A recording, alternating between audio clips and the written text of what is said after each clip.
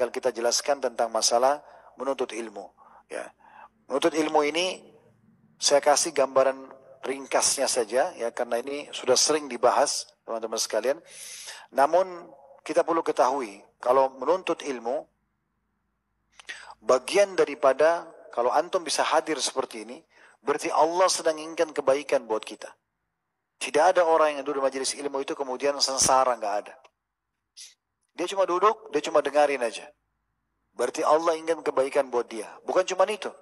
Orang-orang yang datang pun dalam majelis, kalau tujuannya bukan ilmu, dia hanya sekedar karena diajak temannya, dia hanya sekedar cari temannya, lalu dia duduk juga mendengar, sama, mendapatkan keberkahan majelis tersebut. Makanya di zaman Nabi SAW pernah ada orang datang nyari temannya dalam majelis Nabi SAW. Kemudian dia sempat duduk juga. Maka Nabi SAW sebutkan tentang keutamaan majelis ilmu. Lalu ada yang mengatakannya Rasulullah, tapi ada sebagian di antara kami memang tidak datang untuk ilmu. Kata Nabi SAW, mereka yang duduk dalam majelis ilmu itu adalah orang-orang yang duduk tidak akan merugikan siapapun yang mereka bawa atau yang datang karena mereka. Mereka tetap akan mendapatkan faedahnya. Dan hadis Nabi SAW yang masyhur, "Man yuridillahu bihi khairan yufaqihuhu fid din." Siapa yang Allah inginkan kebaikan untuknya, maka pasti Allah akan fakihkan di dalam agama. Dan tidak mungkin kita fakih tanpa kita belajar. Tanpa kita belajar, nggak mungkin.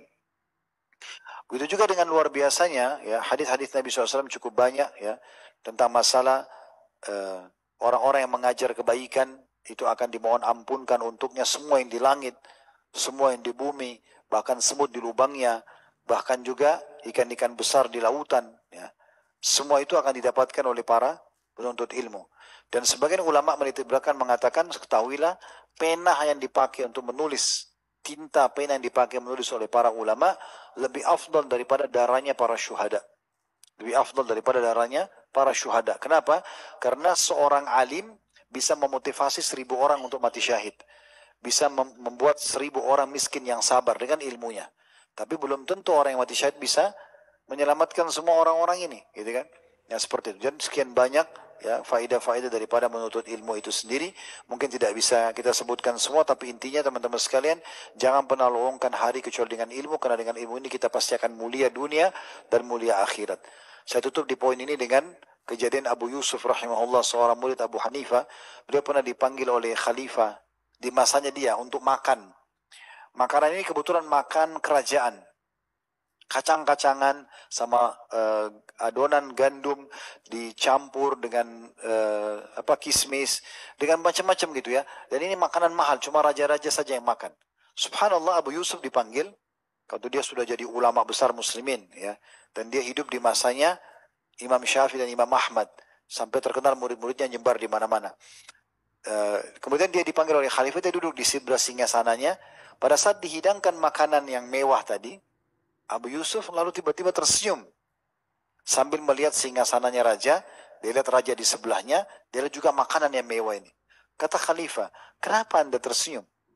Dia bilang, saya tiba-tiba teringat guru saya Abu Hanifah. Dulu waktu awal saya belajar sama dia, saya masih biasa sekali. Masih belajar, belum tahu apa-apa, masih awal-awal belajar.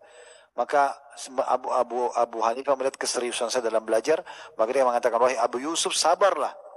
Sesungguhnya kalau engkau betul-betul tekuni ilmu ini, maka engkau akan duduk di majelis-majelisnya para raja, dan engkau akan memakan makanan kesukaan mereka. Maka Abu Yusuf mengatakan, sekarang Allah SWT buktikan saya, atau buktikan untuk saya ini.